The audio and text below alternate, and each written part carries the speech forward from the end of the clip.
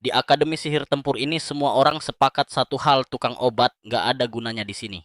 Tapi tokoh utama kita ini emang agak lain. Namanya Will, tabib paling dewa tapi malah nekat daftar ke kandang macan ini. Semua orang udah siap ngetawain kegagalannya, malah ada satu guru iseng yang nantangin dia duel buat buktiin kalau dia cuma buang waktu. Begitu peluit bunyi, si guru langsung ngeluarin jurus penjara tanah, tapi Will gesit banget gocek semua serangan itu kayak lagi nari. Ternyata dia ngebab kecepatannya sendiri pakai sihir penyembuh. Si guru hampir nangkep dia tapi luput lagi, dan sekarang giliran Will yang ngamuk. Dia maju cepet banget sambil ngayunin belatinya, tapi ya jelas lah serangan receh gitu nggak bakal nembus armor tanah super tebal punya si guru. Si guru senyum remeh, yakin banget kalau healer kroco tanpa sihir serangan nggak bakal bisa nyentuh dia, tapi Will punya trik gila di lengan bajunya. Di dunia ini penyihir biasanya ngerem kekuatan mereka, soalnya kalau digas pol badan mereka sendiri yang bakal hancur berantakan. Tapi kalau Will yang lepas rem itu, dia bisa ngeluarin tenaga monster biarpun bayarannya badan dia sendiri yang remuk redam. Dan buat dia itu bukan masalah besar kan, dia healer tinggal sembuhin diri sendiri. Will langsung maju siap nonjok pakai tinju yang udah di charge maksimal. Tulang tangannya patah berkeping-keping saat dia ngehantam armor tanah itu sampai hancur lebur gurunya. Bahkan nggak sempet kedip saking kagetnya. Langsung KO di tempat. Nah, kenapa sih healer dewa ini malah masuk Akademi Tarung? Jawabannya simple, karena di kehidupan lalu timnya ampas semua. Gara-gara mereka nggak becus, Will mati konyol. Gini ceritanya, waktu itu lu pasti mikir kalau lu jago kerja, senior bakal sayang sama lu kan? Mimpi kali ya, realitanya nggak seindah itu buat jagoan kita satu ini. Bayangin dia malah ditusuk sama bosnya sendiri gara-gara kerja terlalu bagus. Will sebenarnya cuman cowok biasa, tapi skill healingnya itu lo nggak ngotak. Cuma dia satu-satunya orang di dunia yang punya bakat seimba ini. Luka sehoror apapun bisa dia bikin mulus lagi kayak mainan anak kecil. Tangan buntung santai bro, nggak usah panik. Dia bisa numbuhin tangan baru cuma dalam hitungan detik. Waktu itu dia lagi tugas di garis depan bareng sisa-sisa tentara terakhir. Mereka lagi mati-matian nahan serbuan pasukan iblis pimpinan para raja iblis yang udah ngeratain kerajaan Grand Ball.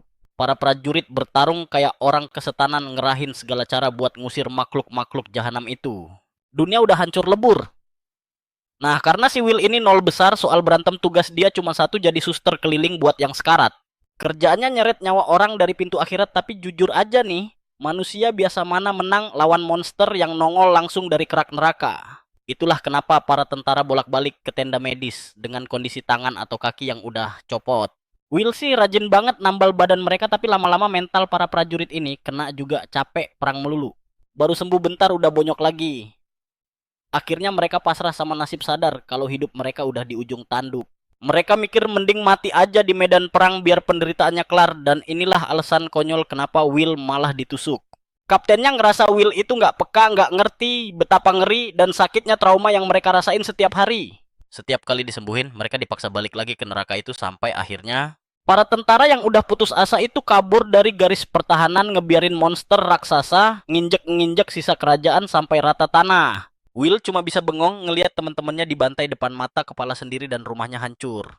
Pas dia dongak ngelihat naga segede gunung itu, baru deh dia paham teror macam apa yang selama ini ngehantuin para prajurit. Di detik itu kelebihan terbesarnya malah jadi penyesalan paling pahit.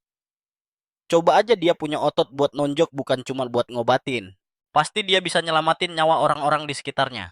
Dengan modal nekat dan dendam kesumat bro, kita ini ngambil kerikil di tanah terus lari nyerbu naga itu. Ya jelaslah ngelawan naga pakai batu, kali itu ide paling bodoh. Langsung wassalam dia di situ. Tapi dasar plot armor dia malah melek lagi di masa 5 tahun yang lalu, tepat sebelum dia dapat gelar mentereng itu. Tabib terhebat di dunia gelar yang belakangan malah bikin dia muak. Kali ini dia janji nggak bakal ngulang kebodohan yang sama. Dia banting setir, nggak mau lagi masuk sekolah kedokteran sihir, tapi langsung daftar ke Akademi Tempur. Target utamanya adalah Akademi Schwartz, tempat dimana isinya cuma orang-orang yang doyan baku hantam. Di dunia ini ada aturan saklek, ilmu penyembuhan sama ilmu penghancuran. Itu ibarat minyak dan air, nggak bisa disatuin. Penyihir muda harus pilih salah satu, tapi Will masa bodoh, dia mau dobrak aturan itu buat ngebayar kegagalannya dulu. Dia bakal pakai cheat sheet dari masa depan buat ngelatih dirinya jadi paket lengkap, bisa nyembuhin, tapi juga jago ngebantai. Langkah pertamanya jebol masuk ke salah satu sekolah paling elit dan angkuh di muka bumi, Akademi Schwartz. Konon katanya tempat ini pabriknya penyihir tempur kelas kakap. Tempat lahirnya para monster penyerang, termasuk satu sosok penyihir tempur paling jenius yang pernah dikenal Will di kehidupan sebelumnya. Dia emang jebolan akademi ini, tapi ada satu masalah fatal. Will ini cuma penyihir tipe penyembuh alias dokter support doang. Jadi masuk ke Swords itu susahnya minta ampun. Biasanya sih para bangsawan bakal bakar duit segunung biar anak-anak mereka yang otaknya pas-pasan bisa keterima di akademi elit ini. Tapi nasib jagoan kita lagi bokek parah, meskipun dia udah banting tulang cari cuan pakai skill penyembuhnya. Tabungannya nggak bakal cukup sebelum tenggat pendaftaran ditutup. Pas dia lagi pusing 7 keliling mikirin nasib dompetnya, adiknya masuk ke kamar. Lihat sang adik masih bernapas, mata Will langsung banjir air mata.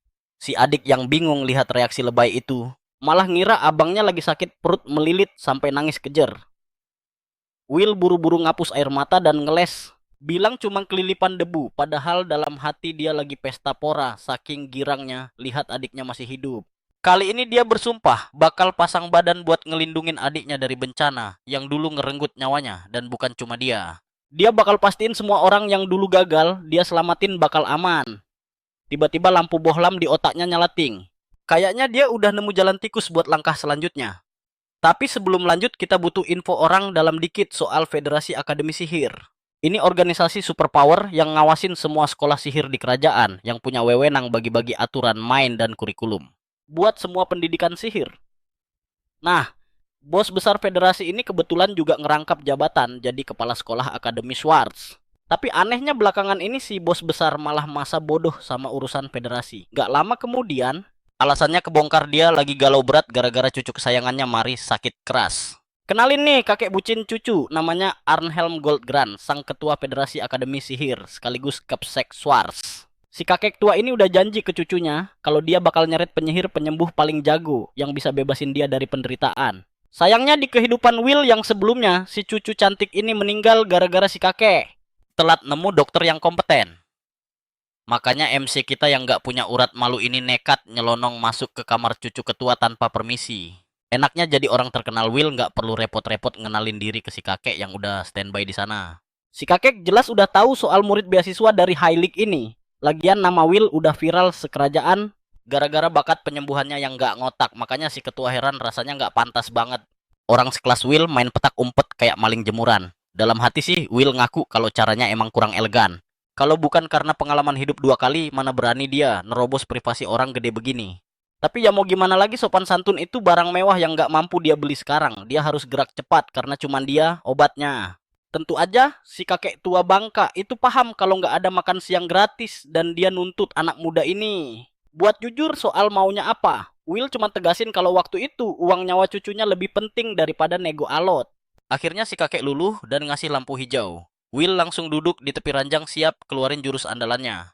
Tapi tatapan mata elang si kakek bikin merinding seolah lagi nge-scan jiwa Will. Ketua itu praktis ngasih sinyal kalau salah langkah dikit aja kelar hidup lo. Will narik napas panjang mental baja on dan mulai ngerapalin mantra penyembuhnya. Pas lagi transfer energi dia sadar kalau kapasitas mananya emang mencut dibanding kehidupan sebelumnya. Tapi yang paling penting itu eksekusi rumusnya yang sempurna, yang untungnya masih nempel banget di kepalanya. Nggak lama si cucu akhirnya melek. Hal pertama yang dia lihat adalah wajah ganteng pangeran yang nyelamatin dia dari gerbang kematian. Dia langsung salting parah dan guling-guling malu ke sisi lain kasur. Sementara itu si kakek masih melongo, nggak percaya kalau cucunya beneran bangkit dari koma. Si gadis ngaku kalau dia udah sembuh, bahkan bilang badannya kerasa enteng banget setelah bertahun-tahun. Mata kakek itu langsung berkaca-kaca saking bahagianya.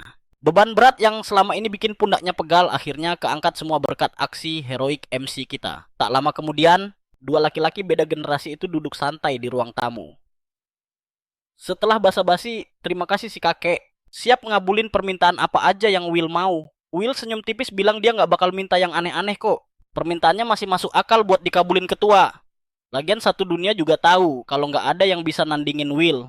Soal sihir penyembuh dia udah di puncak rantai makanan alias mentok. Itulah kenapa dia pengen banting setir pelajari skill baru. Dia mau masuk Akademi Swords. Jelas aja si kakek ngerasa ini ide gila. Buat seseorang ninggalin bakat alaminya demi belajar sesuatu yang dia masih nol besar kedengeran gak wajar. Tapi karena pantang jilat ludah sendiri, si kakek setuju dan jabat tangan pemuda itu. Janji bakal urus semuanya. Di sudut lain akademi, ada guru toksik yang lagi nyinyir pas baca profil pendaftaran Will. Dia mikir tindakan ketua ini nekat banget masukin penyembuh murni yang nol skill serangan ke kandang macan alias sekolah tempur. Tibalah hari ospek yang dinanti di mana para maba alias mahasiswa baru berkumpul memadati aula besar akademi. Di atas podium sang kepala sekolah sibuk cuap-cuap mempromosikan betapa elitnya asrama Akademi Schwartz ini. Sekolah ini memang surganya sihir ofensif dengan kurikulum unik dan lahan kampus yang luasnya nggak ngotak. Fasilitasnya juga bukan kaleng-kaleng mulai dari pusat riset canggih sampai perpustakaan super lengkap yang bikin ngiler. Lulusannya banyak yang jadi orang gede, jadi koneksi, dan bantuan dari kerajaan bakal mengalir deras buat alumninya. Intinya nggak ada tempat lain yang sekeren ini buat mendalami ilmu sihir penghancur kalau boleh jujur. Tapi jangan lupa tokoh utama kita ini cuma seorang healer nyasar yang nekat daftar di kandang macan ini. Kejadian langka yang belum pernah ada sebelumnya, jadi sudah pasti nasibnya bakal penuh drama dan penderitaan. Meski begitu, jagoan kita ini sudah siap mental menghadapi badai demi cita-citanya jadi penyihir tempur. Sayangnya ekspektasi seringkali dibanting realita. Di kelas perdana si Will malah keringat dingin gemetaran. Tugasnya simpel cuma nembak target pakai api, tapi sihirnya malah melempem kayak kerupuk masuk angin pas baru muncul. Ini bukan kejadian pertama dan parahnya lagi gurunya itu tipe pengajar toksik yang kelakuannya kayak sampah. Si guru malah sengaja membuli Will dengan menjadikan kelemahannya sebagai bahan tontonan satu kelas. Will cuma boleh ikut pelajaran kalau berhasil ngenain boneka target, kalau gagal ya disuruh latihan sendirian sampai mampus. Di lapangan latihan yang terpencil, Will mencoba menuntut haknya supaya diajari teknik dasar yang benar. Kalau nggak dikasih tahu caranya mana mungkin dia bisa belajar, tapi gurunya emang nggak niat ngajar dari awal. Kelihatan banget kalau si guru punya dendam kesumat sama Will, baginya ngajarin healer itu buang-buang waktu. Investasi bodong katanya. Will sampai memohon supaya setidaknya dikasih izin masuk perpustakaan saja. Biar dia bisa belajar teori sendiri, tapi lagi-lagi si guru laknat itu mempermalukan Will karena statusnya cuma healer. Alasannya sih nggak ada buku yang cocok buat kaum penyembuh, benar-benar cari gara-gara doang. Tiba-tiba ada si pirang songong yang main serang dari belakang pakai sihir licik sampai Will tersungkur mencium tanah. Kasihan banget Will sama sekali nggak siap, tapi si pembuli malah merasa makin di atas angin melihat korbannya lemah. Dia koar-koar soal peringkat akademi dan bilang kalau healer lembek nggak pantas ada di sini. Will disuruh minggat karena dianggap lancang sudah berani masuk sekolah elit ini. Beneran kolaborasi jahat guru dan murid. Mereka berdua memperlakukan Will kayak sampah masyarakat yang nggak ada harganya sama sekali. Malamnya Will duduk tepar di bangku taman, usahanya belajar sihir serang berakhir tragis tanpa hasil. Masalah utamanya ada di perbedaan sumber energi antara sihir penyembuhan dan sihir penghancur. Mana itu kekuatan pikiran senjata utama penyihir yang diaktifkan lewat rumus-rumus rumit. Mana bergerak sesuai kehendak pemiliknya. Kalau dipakai buat ledakan jadilah sihir ofensif yang garang. Sementara healer punya tipe mana yang tenang, tapi justru disitulah Akademi Schwartz harusnya berperan. Mereka kan ahlinya mencetak penyihir tempur. Will yakin pasti ada trik buat mengubah mana tenang jadi ganas. Dia percaya kalau mana statis miliknya bisa dimodifikasi jadi dinamis kalau tahu caranya. Tapi tembok besarnya ya si guru sialan itu yang melarang Will ikut kelas dan menutup semua akses belajar. Will menolak menyerah, dia masih berharap bisa ketemu sosok penolong dari kehidupan masa lalunya. Demi cewek itu doang semua penderitaan di akademi gila ini rasanya bakal sepadan buat Will. Tapi dia nggak bisa modal nekat doang, otak harus diputar cari jalan lain. Tiba-tiba ada kejutan. Suara yang sangat dia kenal menegurnya karena keluyuran malam-malam. Pas nengok astaga itu Veronica. Kesatria wanita super tangguh yang dulu pernah bertarung bahu-membahu sama Will di garis depan. Di kehidupan sebelumnya Will harus meratapi kematiannya saat perang untungnya di timeline. Ini dia masih segar bugar. Belum sempat ngobrol kangen-kangenan si cewek malah ngeluarin pedang sakti yang bisa membelah apa saja. Cewek ini auranya ngeri 11-12 sama karakter overpowered di anime. Pedangnya lurus ngarah ke Will. Situasinya jadi horor, ternyata Veronica lagi patroli, memburu murid mencurigakan yang berkeliaran di kampus. Dia curiga kalau Will adalah penyusup yang dia cari, buru-buru Will klarifikasi kalau dia bukan orang jahat. Bahaya banget kalau sampai ditebas, Will bisa-bisa butuh jasa Trukun buat isekai ulang ke dunia lain. Untungnya Veronica percaya dan mulai tenang. Will pun memberanikan diri, memastikan apakah dia benar-benar Veronica yang dia kenal. Dia merasa harga dirinya sedikit tergores karena sudah bersikap kurang ajar pada dosen, padahal dia sadar wanita ini lebih senior. Yah, di kehidupan sebelumnya sih selisih umurnya nggak jauh-jauh amat, tapi ternyata si Nona ini jenius yang hobi lompat kelas. Makanya bisa langsung naik pangkat jadi profesor secepat kilat, wajar saja kalau punya bakat setingkat dewa begitu. Ini dia kesempatan emas yang ditunggu-tunggu Will bintang jatuh yang bakal memuluskan jalannya belajar sihir ofensif. Akhirnya Will memberanikan diri bilang ingin masuk kelas. Veronica sadar kalau cuman wanita ini harapan terakhirnya. Dia tanya soal prosedur pendaftaran, malah langsung ditolak mentah-mentah karena Veronica ternyata belum buka kelas sama sekali. Sebagai dosen baru yang karirnya melejit terlalu cepat, dia masih buta map soal birokrasi kampus ini. Tahun ini tugas Veronica cuma jadi instruktur pendamping yang kerjanya menjawab pertanyaan-pertanyaan acak mahasiswa. Rencananya sih biar dia bisa pakai logika anak mudanya buat pendekatan sama mahasiswa yang seumuran. Harusnya dia jadi kakak pembimbing yang asik, tapi masalahnya nggak ada satupun mahasiswa yang berani mendekat. Mau konsultasi apanya Will tahu persis alasannya. Wanita ini hobi banget ngeluarin senjata pembunuh sembarangan. Dikit-dikit emosi main senjata, tapi buat Will yang licik situasi ini justru peluang bisnis yang menggiurkan. Dia bisa memeras ilmu Veronica tanpa harus masuk kelas formal, cukup minta diajari secara privat alias gratisan. Jadi dia langsung menodong pertanyaan mumpung itu memang kewajiban Veronica buat menjawab. Tanpa basa-basi pria ini bertanya gimana caranya seorang tabib bisa belajar sihir ofensif yang mematikan. Veronica langsung sadar bocah ini bukan mahasiswa sembarangan setelah merasakan aliran mana di tubuhnya yang nyeleneh. Dia baru ingat kalau cowok ini adalah mahasiswa baru yang viral dan bikin heboh Akademi Schwartz. Seumur hidupnya dia belum pernah lihat ada tabib waras yang nekat mau belajar sihir serangan.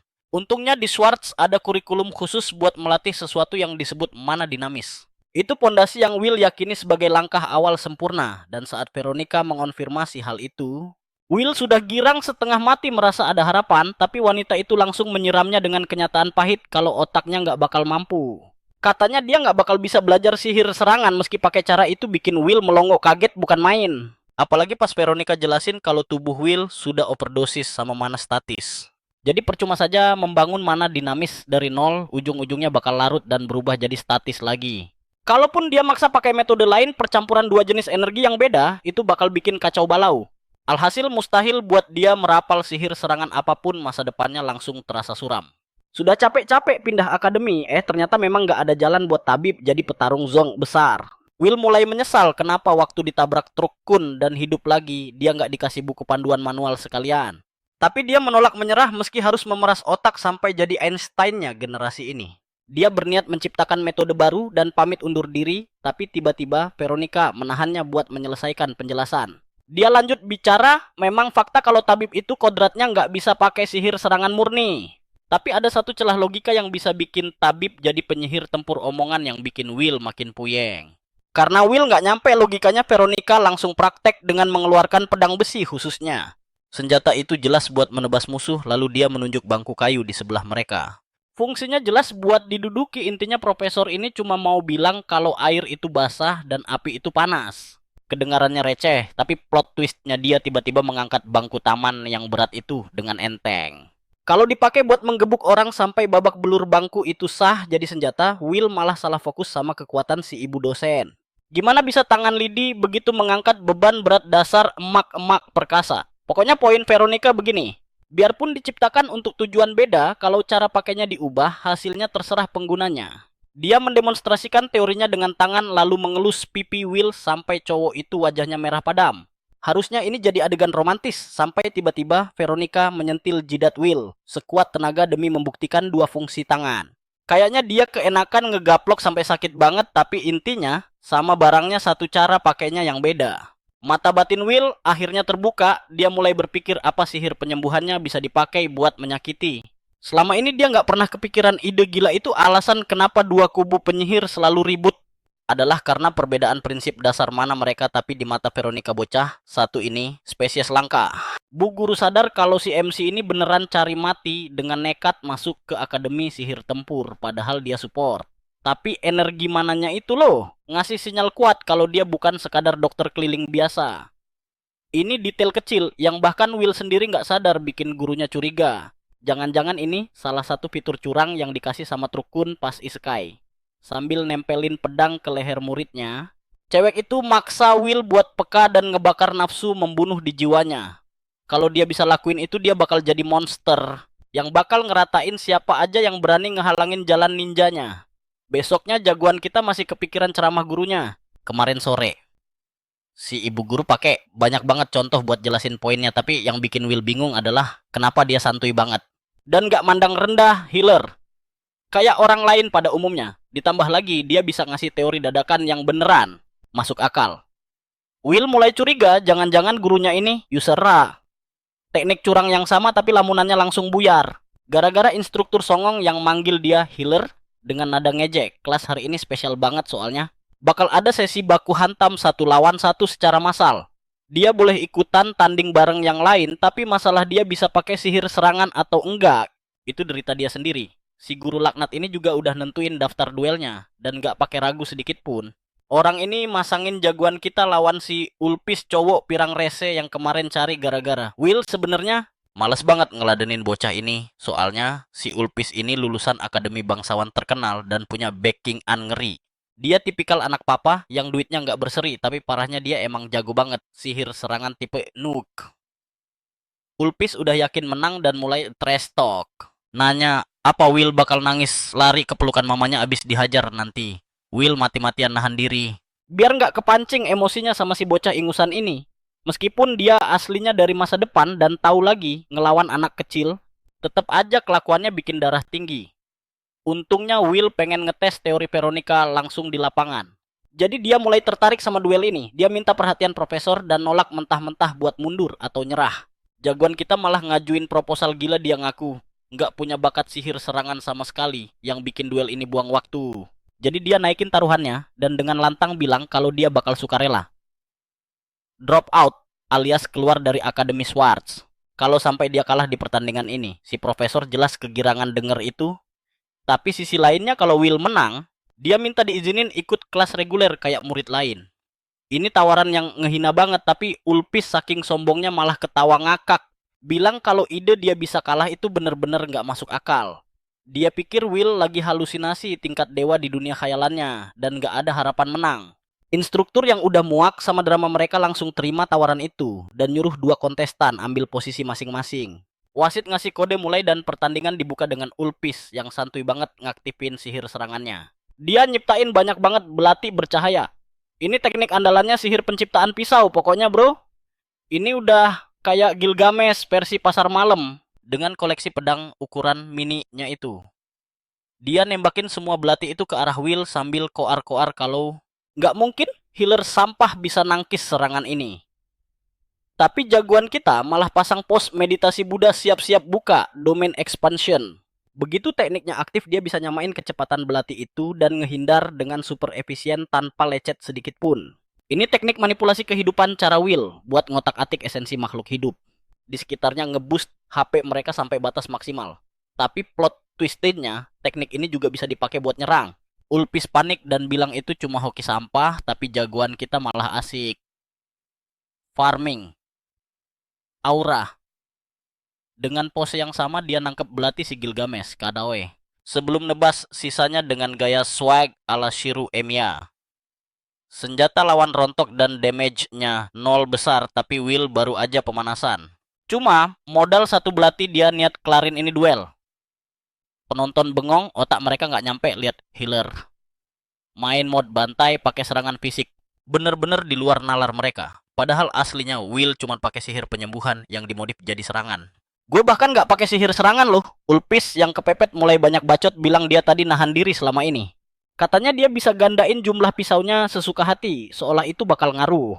Dia ngehujani si healer pakai proyektil emas itu sambil ngamuk, tapi jagoan kita dengan santainya nebas 1 persatu belati itu sampai habis. Di akhir pertahanannya semua senjata lawan hancur di tanah. Ulpis masih merasa dirinya paling jago. Jadi dia gedein ukuran belati mininya dan jujur aja, angle-nya kelihatan agak ambigu gimana gitu. Ya, Will ngerti sih ngelawan Ulpis ini emang ribet.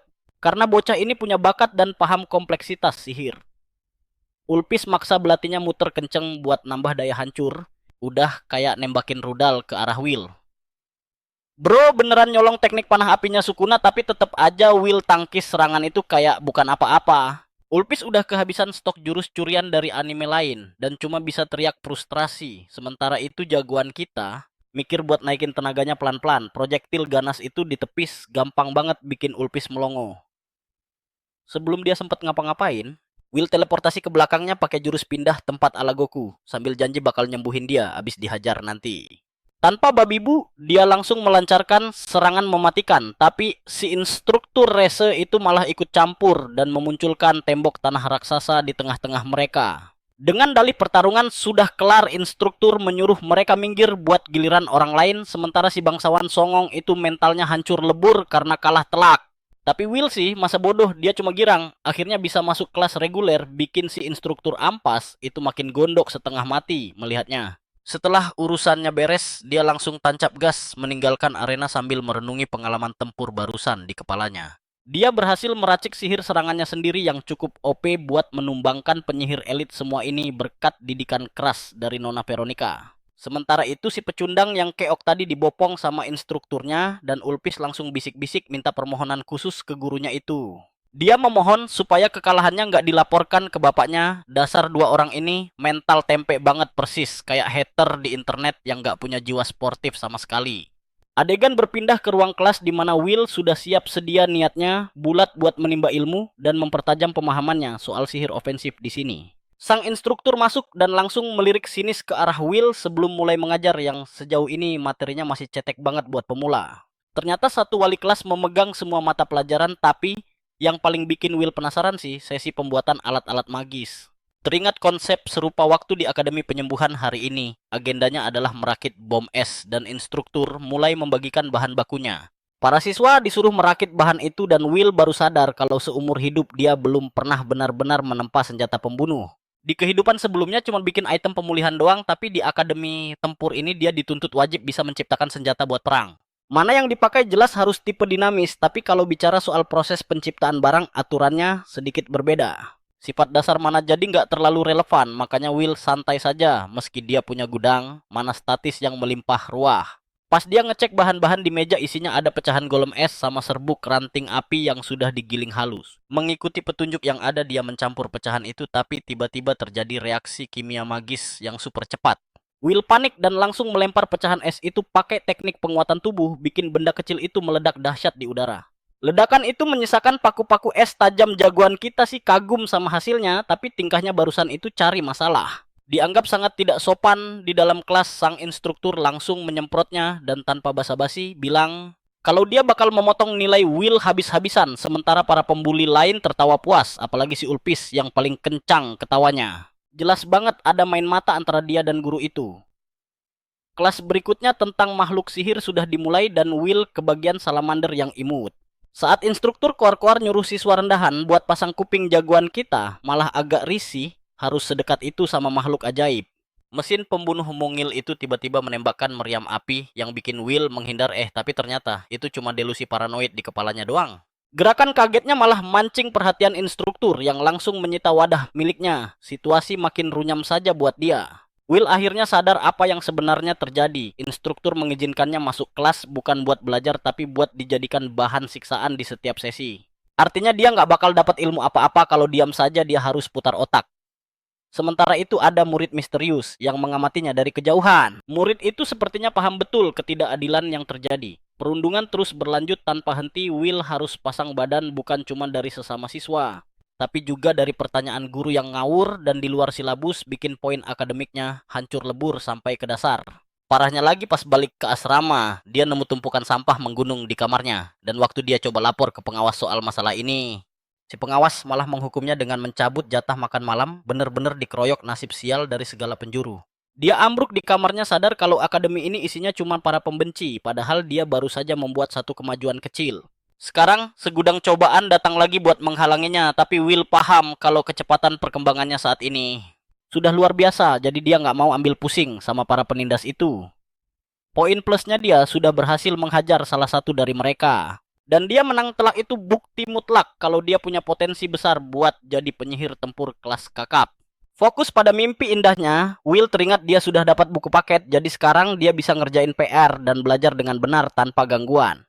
Keesokan harinya dia kaget setengah mati karena kelas kosong melompong, gak ada batang hidung guru atau murid lain yang kelihatan. Biasanya jam segini instruktur sudah datang, tapi cuma ada satu murid di dekatnya. Sepertinya ada info perubahan jadwal mendadak yang sengaja disembunyikan dari murid-murid tertentu.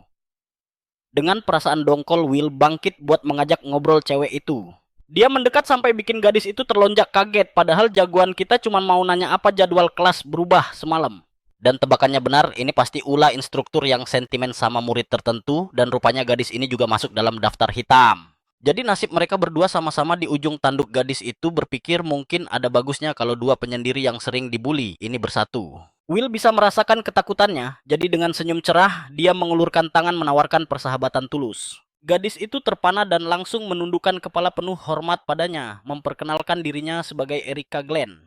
Inilah teman pertama yang Will dapatkan di akademi baru ini, sementara Erika merasa wajar saja kalau sosok sekeren Will belum punya teman di sampingnya. Berhubung dia anak baru yang telat masuk, plus seorang penyembuh, Erika belak-belakan bilang kalau reputasi penyembuh di sini selevel sama ampas daur ulang.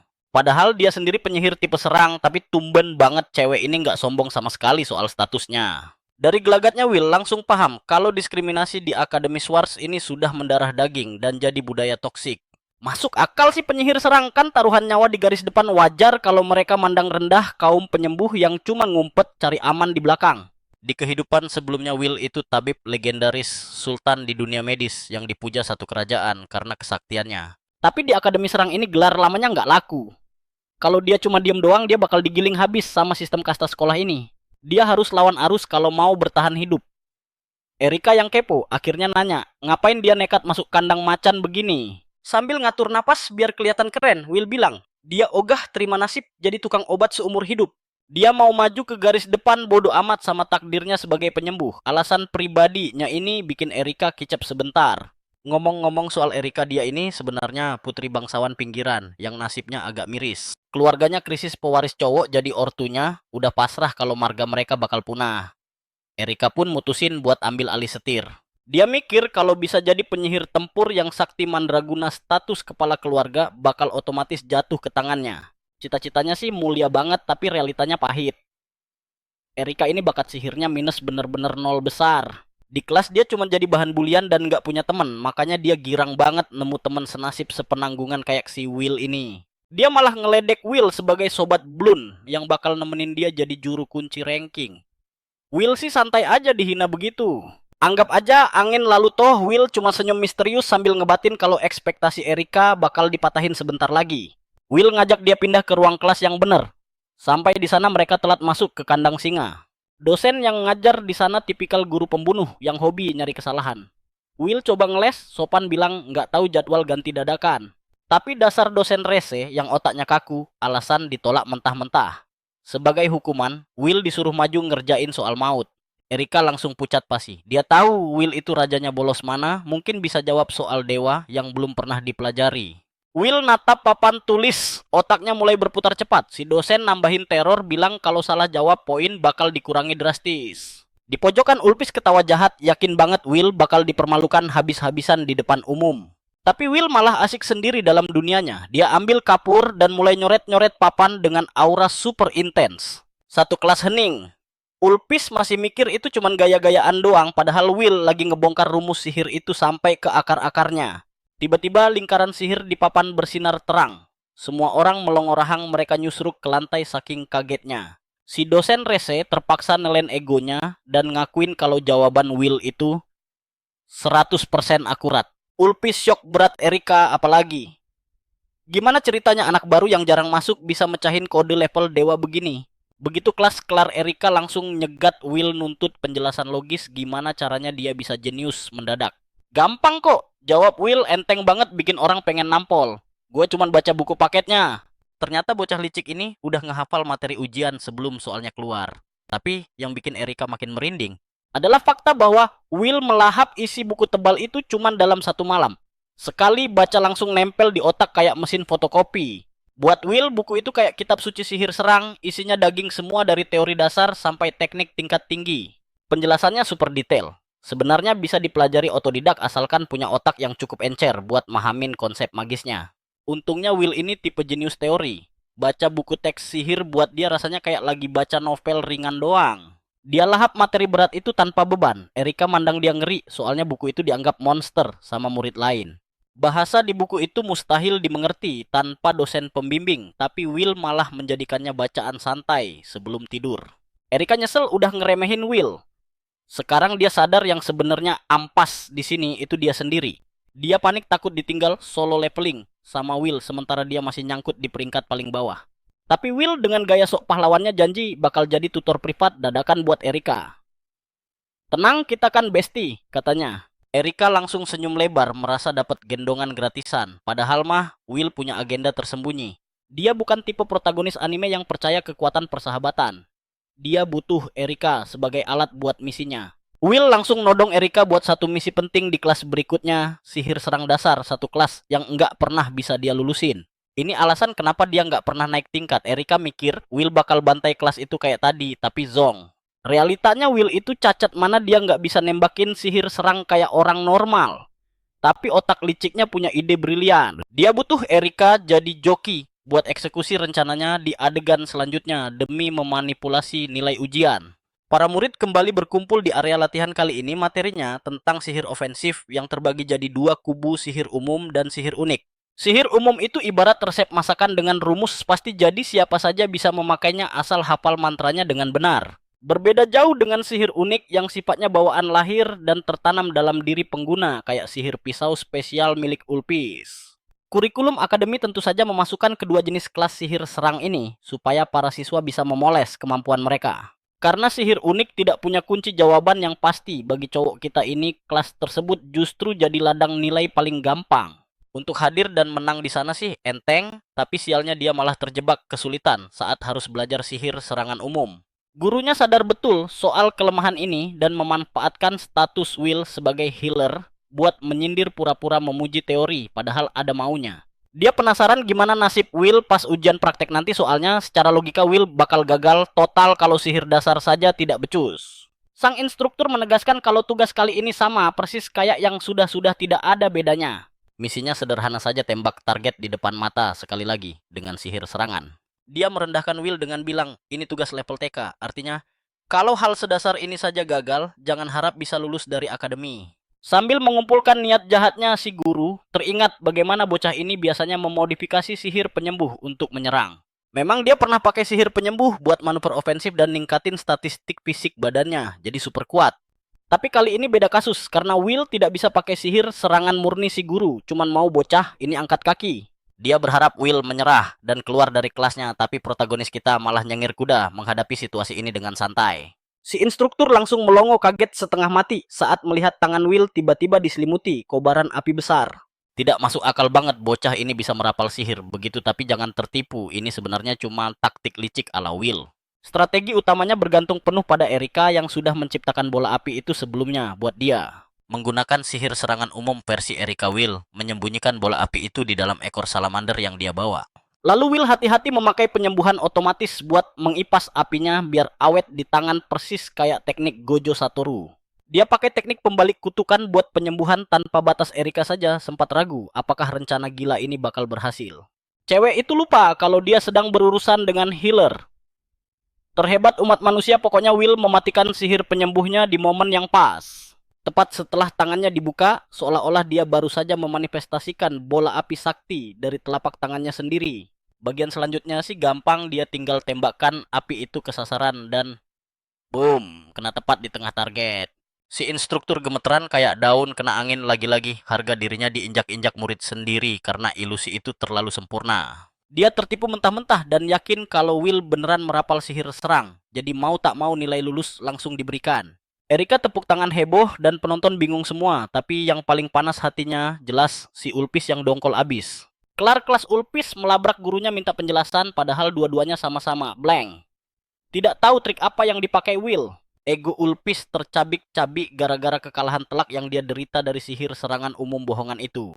Dan sekarang si healer ini sudah keterlaluan, si bangsawan. Bahkan rela mengadu ke bapaknya buat bikin perhitungan serius. Dia mengancam bakal menghancurkan kelas itu, bikin si guru shock. Berat melihat betapa nekatnya bangsawan sombong ini. Ulpis memerintahkan instruktur buat melakukan apa saja demi membasmi si healer dari kelas. Mereka bikin guru brengsek ini terjepit. Masalahnya kalau dia melanggar aturan dan ketahuan resikonya besar banget sialnya, dia juga sudah berkorban banyak waktu. Dia sudah susah payah dapat kerjaan di akademi, jadi tidak boleh dipecat. Setelah menimbang resiko, si instruktur ambil keputusan. Dia memutuskan lebih baik berjudi nasib dengan menyingkirkan si healer yang lagi cari nama di akademi mereka itu. Gila memang orang tua kok punya dendam kesumat sama murid umur 15 tahun tapi akhirnya dia turun tangan sendiri. Setelah jam pelajaran usai di lapangan latihan, instruktur itu memanggil Will sendirian buat ketemuan one on one.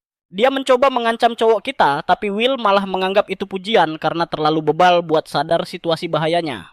Instruktur bilang dia mau meruntuhkan rasa percaya diri Will, apalagi setelah dia banyak bolos kelas pas awal masuk akademi. Padahal itu bukan salah Will, sama sekali guru sialan ini yang dari awal melarang dia ikut masuk kelas-kelas itu.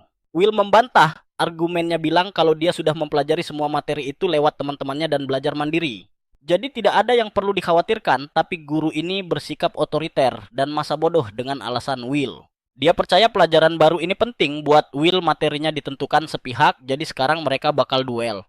Mereka akan melakukan pertarungan latihan resmi. Will curiga banget kenapa dia tiba-tiba harus gelut lawan guru tanpa alasan jelas. Si instruktur tahu ini tidak adil, jadi dia kasih kelonggaran alias handicap. Kalau Will bisa menyentuhnya sekali saja dia menang. Kalau si bocah bisa bertahan, dia bakal dianggap lulus ujian kecil ini dengan nilai sempurna. Gurunya sih ngarep muridnya nggak bakal kabur terbirit-birit karena gengsi. Dan berani ngeladeni tantangan ini secara jantan. Tentu saja si badut tua itu sama sekali nggak pernah kepikiran bakal kalah. PD-nya bener-bener selangit, sementara jagoan kita malah sibuk melamun nyusun kepingan strategi di kepalanya. Akhirnya, si bocah setuju sama syarat duelnya, bikin si guru senyum lebar penuh kemenangan. Gak pakai lama baku hantam langsung dimulai. Si guru curang langsung nyerang pakai sihir elemen tanah dari bawah.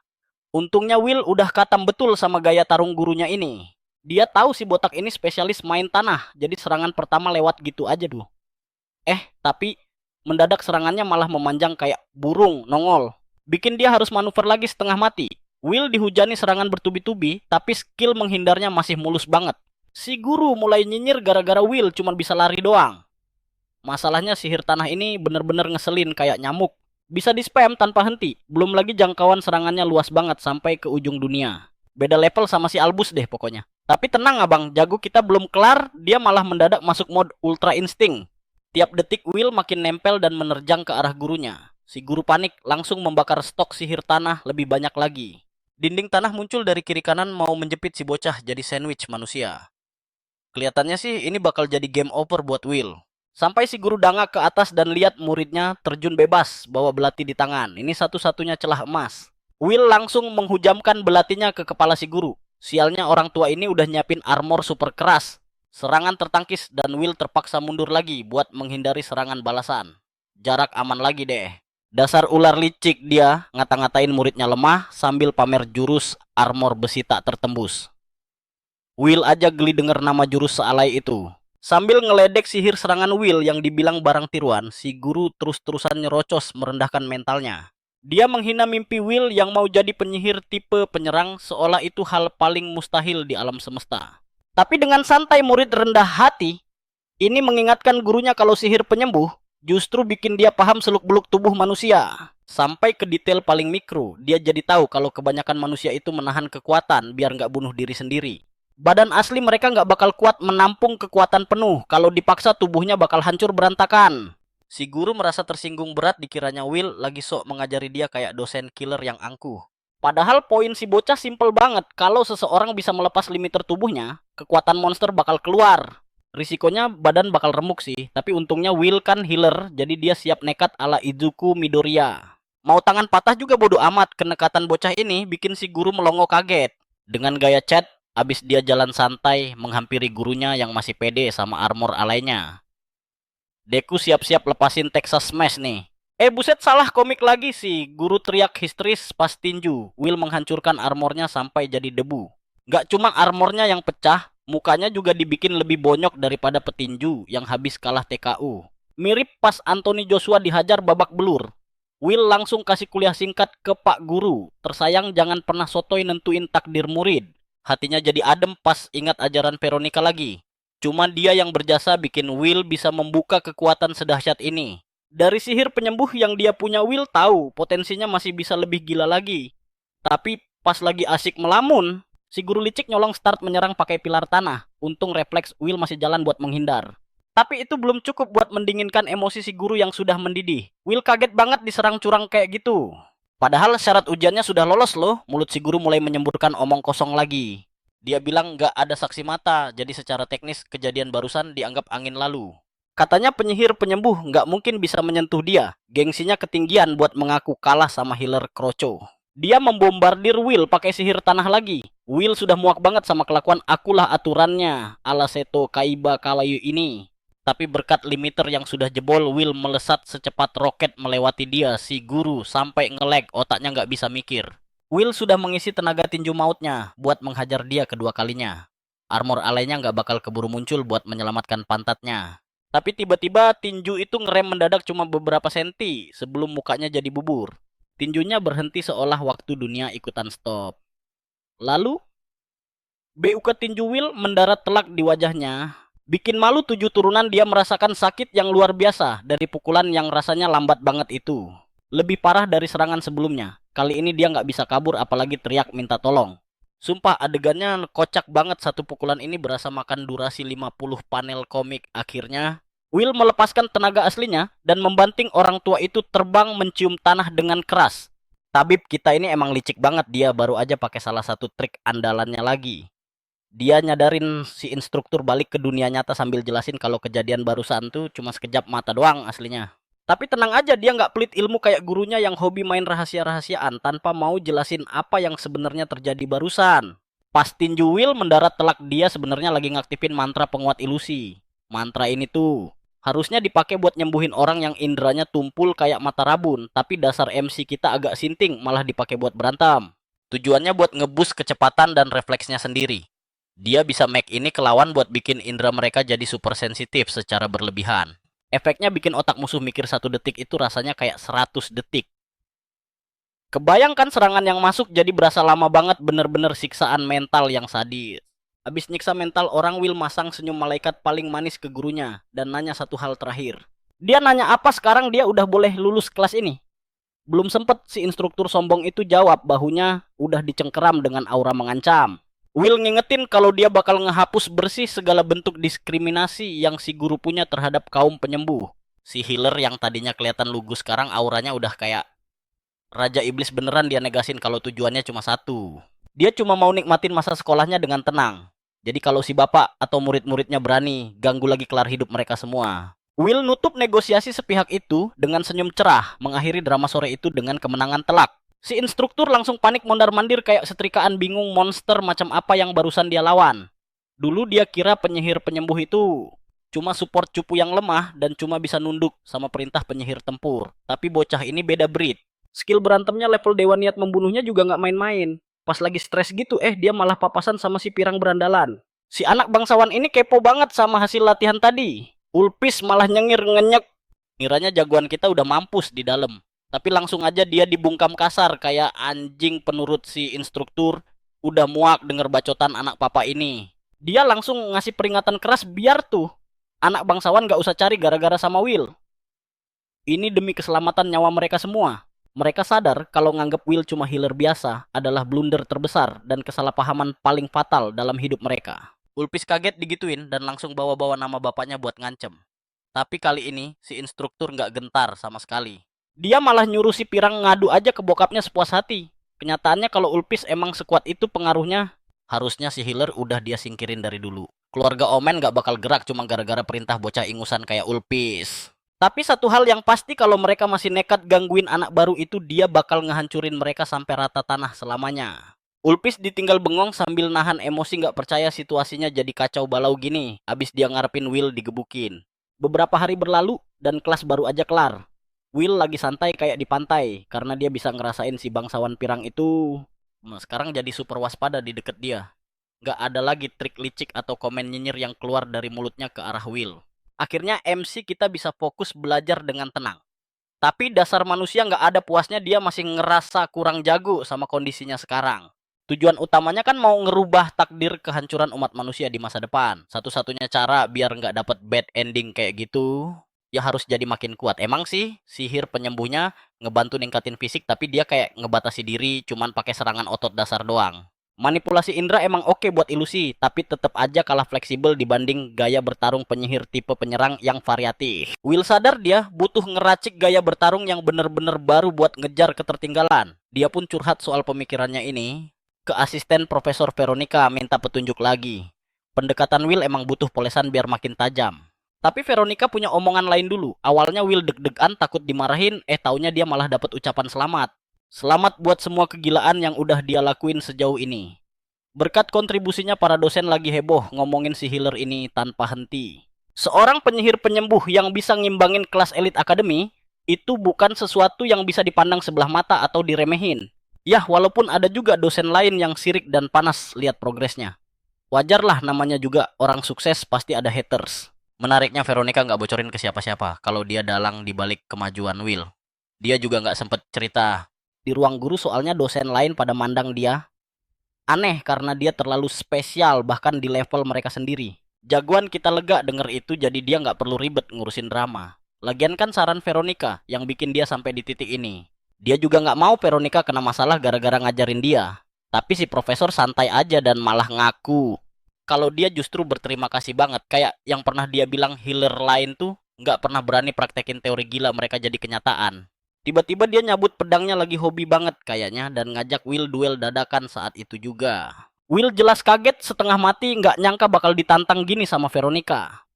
Tapi dosennya itu beneran penasaran level muridnya udah sampai mana. Di level Will sekarang ini cara paling cepet buat jadi kuat. Sayangnya mental cowok itu belum siap dan dia langsung panik kayak orang kebakaran jenggot.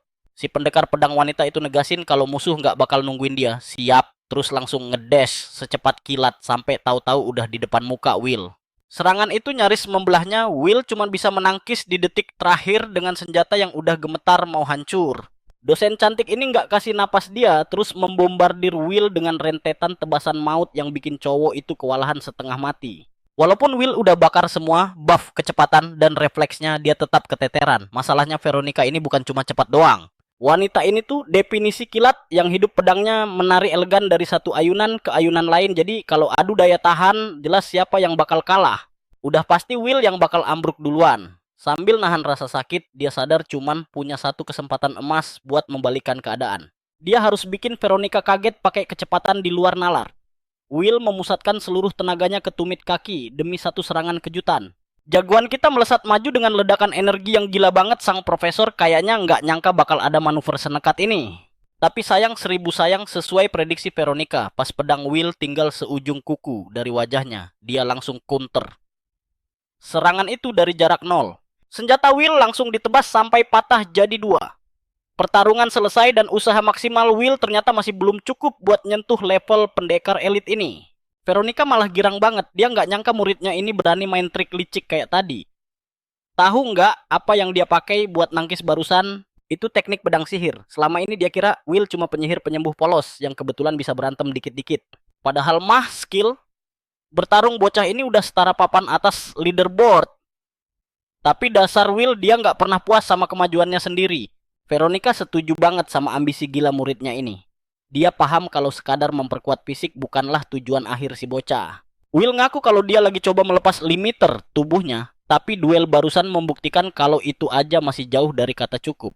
Sang profesor mulai kasih wejangan bijak, katanya pedang itu tujuannya lebih dalam daripada cuma diayun sembarangan. Kamu bisa menusuk atau melempar, nah sihir penyembuhan juga pasti punya aplikasi tempur begitu. Sayangnya ini area yang belum kejamah. Will sebenarnya udah mikir keras soal ide itu tapi buntu total. Si pendekar pedang seksi ini lantas menjelaskan letak kekurangannya. Masalah utamanya adalah jam terbang Will kurang pengalaman tempur asli. Jadi insting pembunuhnya belum terasah buat ngerti arti pertarungan sesungguhnya. Bagi Veronica pengalaman lapangan itu jauh di atas teori di atas kertas. Contohnya ya pas mereka duel barusan. Will emang sadar ada trik licin yang dipakai gurunya tadi. Karena butuh saran dia, nanya apa, harus lebih sering latihan tanding lawan si profesor. Veronica sih oke-oke aja, tapi dia lebih nyaranin Will buat terjun langsung ke misi pembasmian monster. Si bocah langsung kaget dong. Akhirnya dia bakal ngerasain sendiri gimana tegangnya situasi hidup dan mati di lapangan. Sebenarnya dia pernah ikut kompetisi serupa antar 3 akademi besar Schwarz Heilig sama Zilburn.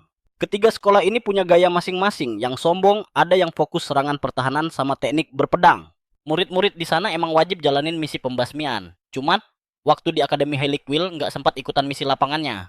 Tapi kali ini beda. Dia punya kesempatan buat ngegeprek monster-monster mengerikan sekalian nabung pengalaman buat hadapin kehancuran di masa depan. Will memantapkan tekad bajanya buat misi pertama ini. Veronica ngeliatin dia dengan tatapan tertarik banget. Dia ngingetin syaratnya Will harus lolos ujian seleksi dulu.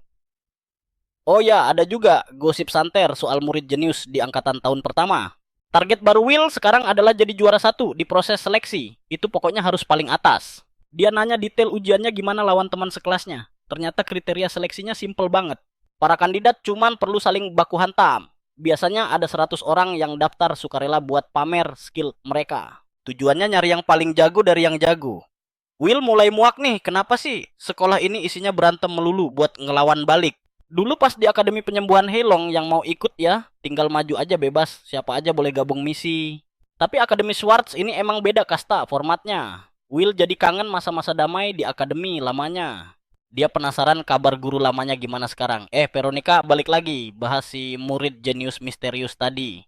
Katanya level kekuatan bocah itu udah jauh di atas beberapa instruktur. Artinya mimpi Will buat jadi nomor satu bakal susah banget kecapai. Will jadi penasaran apa asisten profesor cantik ini udah pernah ketemu langsung sama si jenius itu.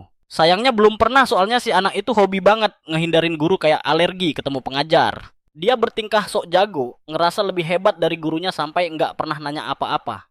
Tapi mungkin juga dia takut sama aura Veronica yang nyeremin. Pokoknya Veronica janji bakal ngelatih Will habis-habisan buat ujian ini. Denger itu muka Will langsung cerah lagi. Soalnya cuma Veronica harapan dia satu-satunya buat jadi lebih kuat. Oke, kita langsung lompat ke hari ujian seleksi. Will melangkah masuk ke arena. Waktu berlalu cepat banget dan sekarang dia merasa PD-nya udah di level maksimal. Persiapannya udah matang sempurna. Pas lagi asik berbaur, tiba-tiba ada suara yang manggil namanya dari belakang. Ternyata itu Arnhelm, ketua aliansi Akademi Sihir sang kepala sekolah lapor dengan wajah sumringah kalau cucunya makin sehat. Sejak diobati Will, pemulihannya lancar jaya. Si kakek bahkan minta maaf karena nggak sempat nengokin Will belakangan ini. Meski baru aja nyelamatin nyawa cucunya. Will tetap jujur bilang kalau awal-awal masuk akademi dia sempat ngos-ngosan juga ngadepin tantangannya. Tapi sekarang sih dia udah nyatu banget sama lingkungannya, nggak ada kendala sama sekali. Malah dengan PD-nya dia nargetin buat jadi juara satu di ujian seleksi nanti. Ambisi mulia yang bikin Pak Ketua senyum bangga Tapi pas lagi asik ngobrol, dateng deh si perusak suasana. Seorang instruktur yang langsung ngetawain omongan Will dianggap lelucon doang. Dia pikir bocah ingusan ini lagi ngeremehin kelas yang dia ajar habis-habisan. Kenalin nih namanya Bode. Dia juga kebetulan jadi pengawas lapangan buat acara kali ini. Uniknya Will sebenarnya udah pernah ketemu orang ini di kehidupan sebelumnya. Dulu si Bode punya julukan keren petir ungu. Terkenal banget gara-gara prestasi heroiknya pas perang besar.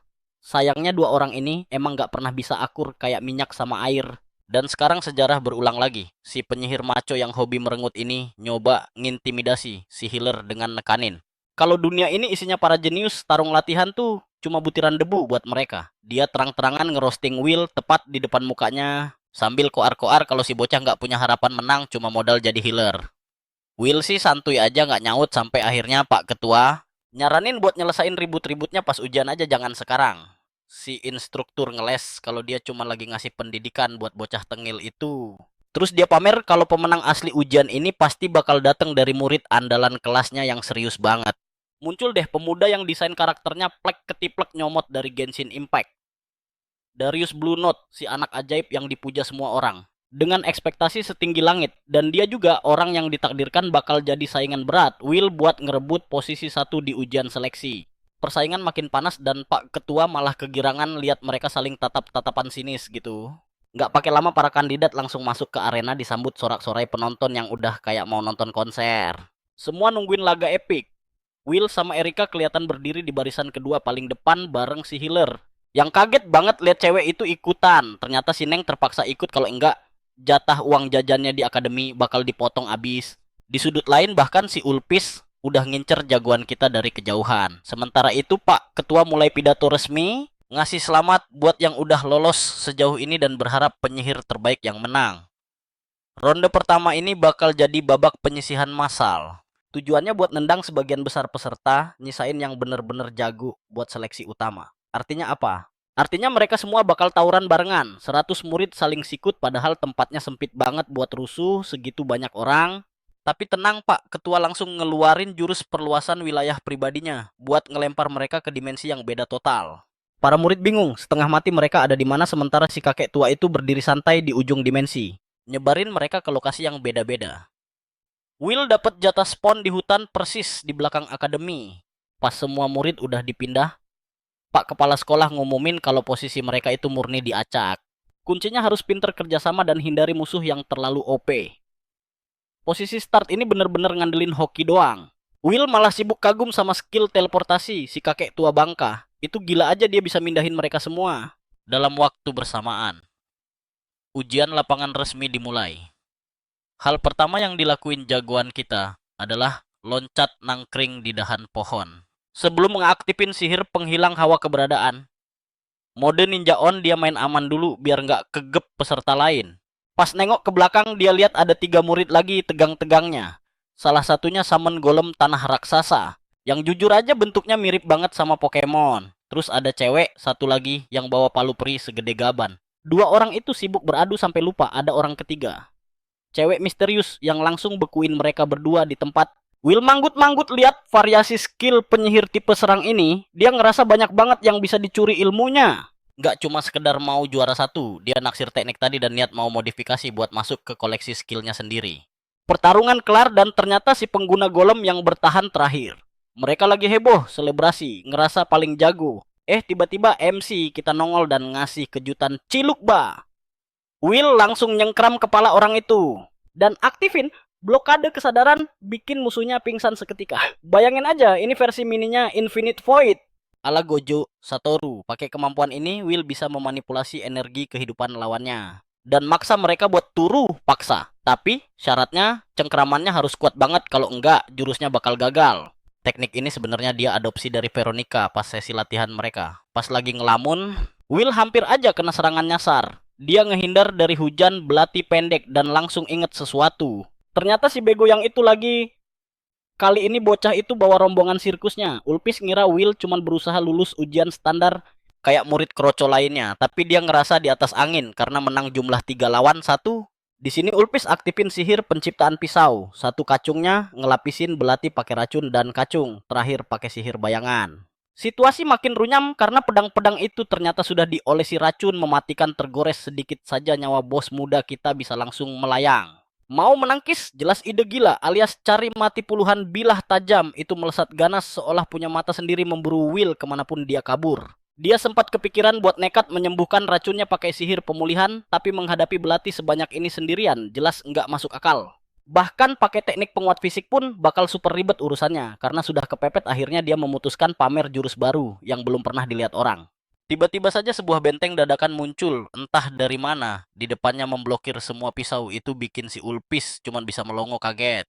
Ternyata itu golem batu yang sama, tapi sekarang sudah ganti majikan asiknya. Sihir pemulihan itu ternyata bisa dipakai buat membajak makhluk hidup lain. Golem batu ini sekarang bisa gerak sendiri berkat darah si penyihir, walaupun otaknya pas-pasan dan nggak bisa mikir strategi yang rumit-rumit amat. Tapi bagi si penyembuh mengendalikannya, itu gampang banget pakai mantra pemberian nyawa semu, si golem langsung ngamuk menyerbu trio Diana Bones. Pertama jagoan tengil kita menghantam dada satu orang sampai mental. Terus dia menduduki satu orang lagi yang kayaknya bakal kena sakit pinggang, permanen seumur hidup. Setelah 2 kroco itu tumbang, Ulpis kelihatan panik setengah mati. Dia sadar riwayatnya bakal tamat karena Will tiba-tiba melesat secepat kilat kuning alias Minato Namikaze.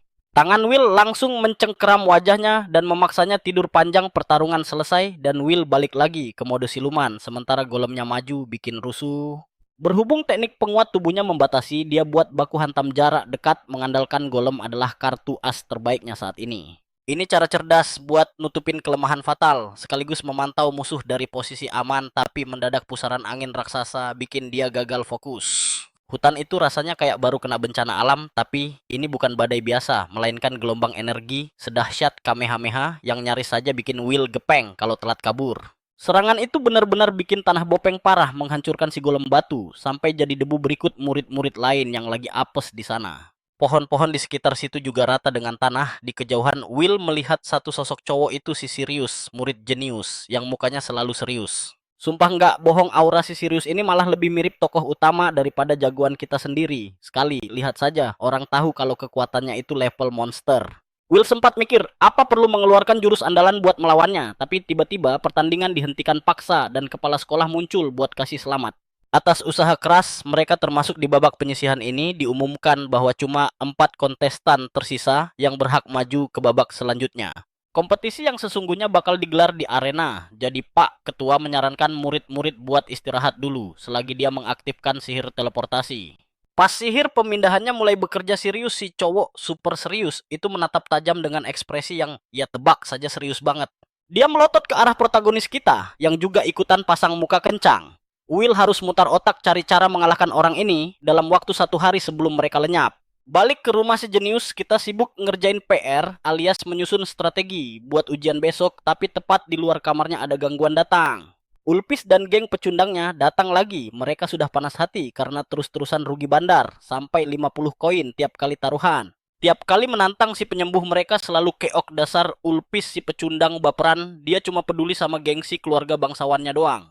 Dia ngebet banget mau menjaga kehormatan keluarga Oman di depan penyembuh rendahan, tapi yang paling bikin dia ketar-ketir sebenarnya kalau bapaknya sampai tahu soal aib ini.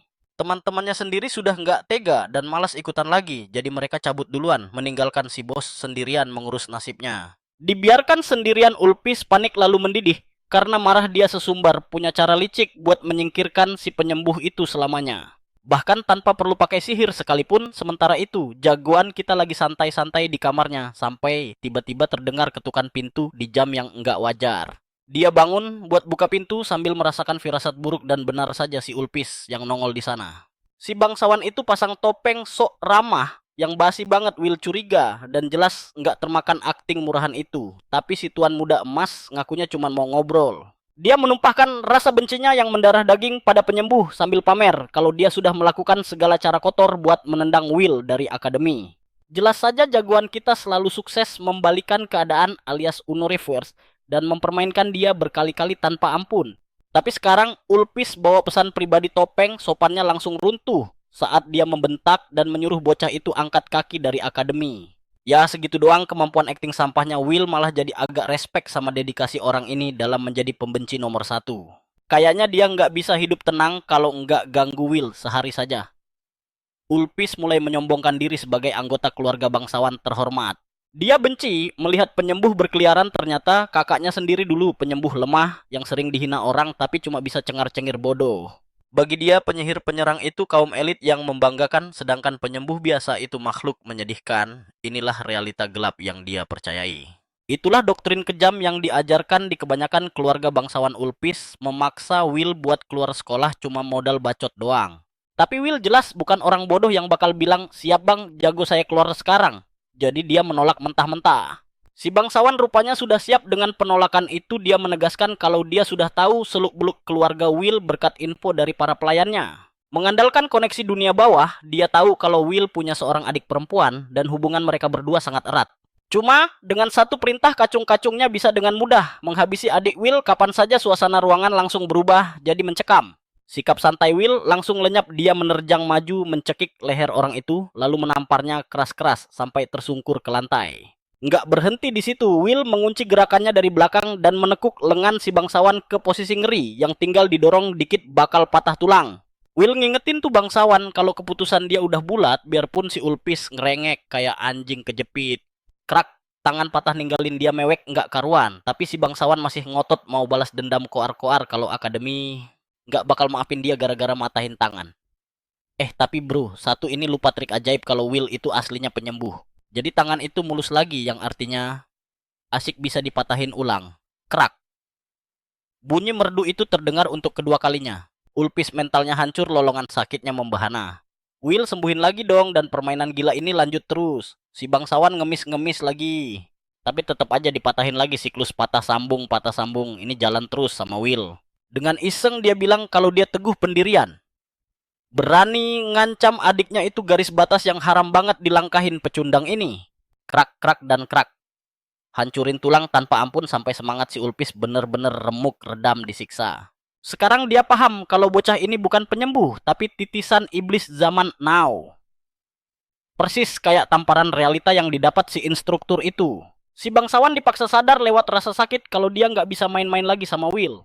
Malam itu Will mulangin dia dengan salam hangat. Seolah nggak ada kejadian apa-apa. Jagoan kita ini nol besar, rasa penyesalannya malah senyum puas sebelum tidur. Hari berikutnya turnamen utama digelar. Orang-orang di arena udah nungguin pertandingan ini dengan antusias banget.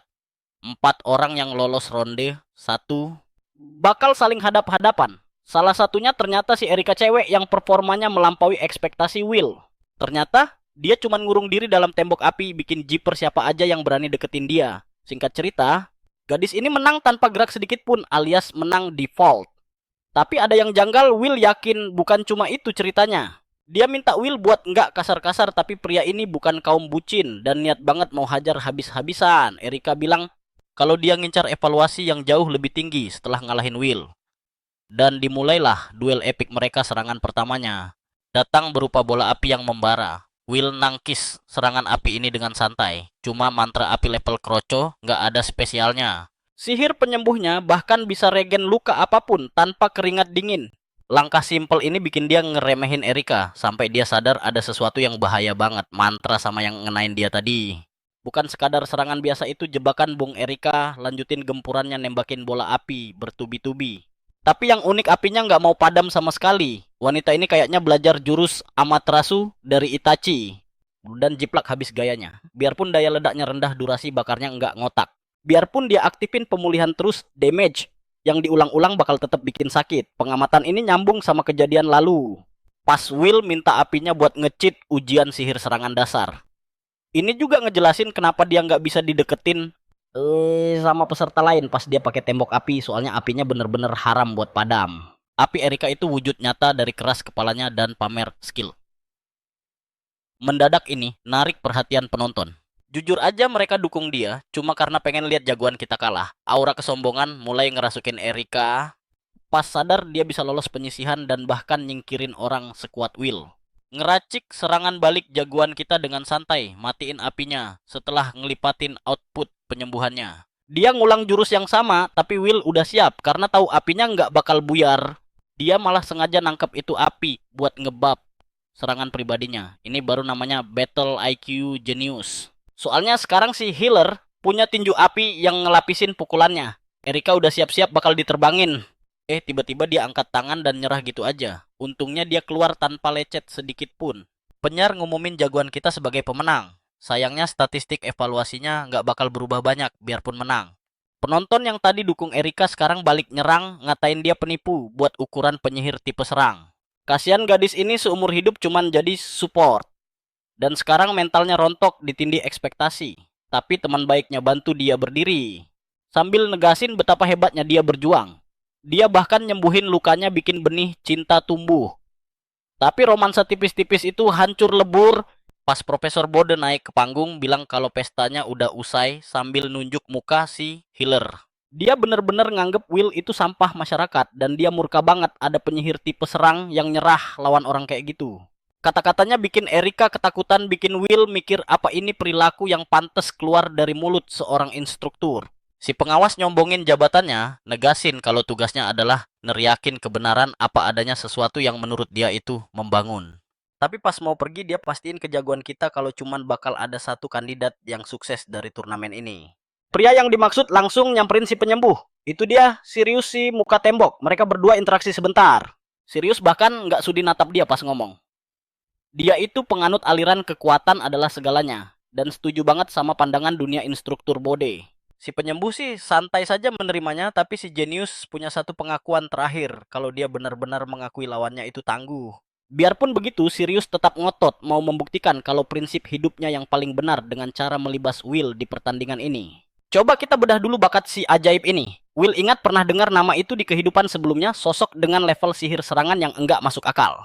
Anginnya begitu dahsyat sampai-sampai enggak ada satupun yang bisa menghalangi jalannya tanpa berakhir jadi debu. Partai final antara Sirius dan Will akhirnya dimulai. Dari gelagatnya jagoan kita sadar betul satu hal penting. Dia cuma bakal dapat pengakuan dari akademi kalau berhasil menumbangkan si Genius di sini. Jadi targetnya harga mati harus menang. Pertandingan pun pecah. Sirius langsung gaspol melepaskan tornado raksasa dari tempat dia berdiri. Serangan itu makan tempat banget, memaksa Will menghindar ekstra hati-hati. Nggak mau diam saja Will membalas dengan kecepatan di luar nalar. Dia melesat secepat kilat mencoba mendekati lawannya dengan kekuatan penuh. Tapi belum sempat jaraknya rapat Sirius, meledakkan angin dahsyat yang bikin Will terpental jauh. Jelas ini masalah besar buat si penyembuh. Serangannya enggak bakal berasa kalau enggak bisa mendekat. Dua kekuatan alam ini terus beradu mekanik saling tatap tajam di arena. Sadar kalau musuhnya gesit banget, Sirius mengangkat tangan dan melemparkan gelombang angin yang super intens. Serangan itu lurus mengarah ke Will. Jagoan kita langsung sadar tornado yang tadi itu enggak ada apa-apanya dibanding angin yang sekarang. Seluruh area pertarungan sampai tersapu bersih. Will susah payah biar enggak jatuh, tapi ini saat yang tepat buat mengeluarkan kartu AS-nya. Dia menempelkan tangan ke tanah dan tiba-tiba pohon raksasa mulai tumbuh menjulang. Erika yang menonton di tribun sampai melongo. Dia takjub melihat potensi sihir penyembuh itu, apalagi dia tahu Will baru saja dapat peningkatan kekuatan belum lama ini. Teknik ini pernah dipamerkan ke Profesor Veronica. Will menjelaskan kalau dia menyuntikkan energi kehidupan ke dalam tanaman tersebut. Itu yang bikin tanamannya tumbuh menggila. Dia sebelumnya sudah riset soal sihir serangan yang bisa memanipulasi tumbuhan. Iseng-iseng berhadiah, dia coba terapkan konsep itu. Tujuannya biar taktik bertarungnya lebih fleksibel menyesuaikan lawan. Tiba-tiba tubuhnya ambruk, untung Profesor Veronica sigap menahan. Will kaget bukan main kenapa mananya langsung kering kerontang. Masalahnya buku panduannya nggak bilang kalau teknik ini boros banget. Veronica langsung paham letak kesalahannya. Dia bilang menghancurkan itu jauh lebih gampang daripada menyembuhkan. Soalnya sihir penyembuhan itu menyedot mana jauh lebih banyak dibanding sihir serangan. Jadi meniru efek serangan pakai basis sihir penyembuhan itu sama saja buang-buang mana dengan cara paling tidak efisien. Tahu resikonya besar, Will memutuskan buat menyimpan jurus ini cuma untuk momen-momen krusial saja. Balik ke masa kini, jagoan kita nekat pakai teknik itu di arena karena serangan biasanya memang kurang nendang efisiensinya. Dia bertaruh pada jurus ini. Tapi pas pohonnya selesai tumbuh, Sirius dengan santainya menebas itu pakai serangan pedang angin.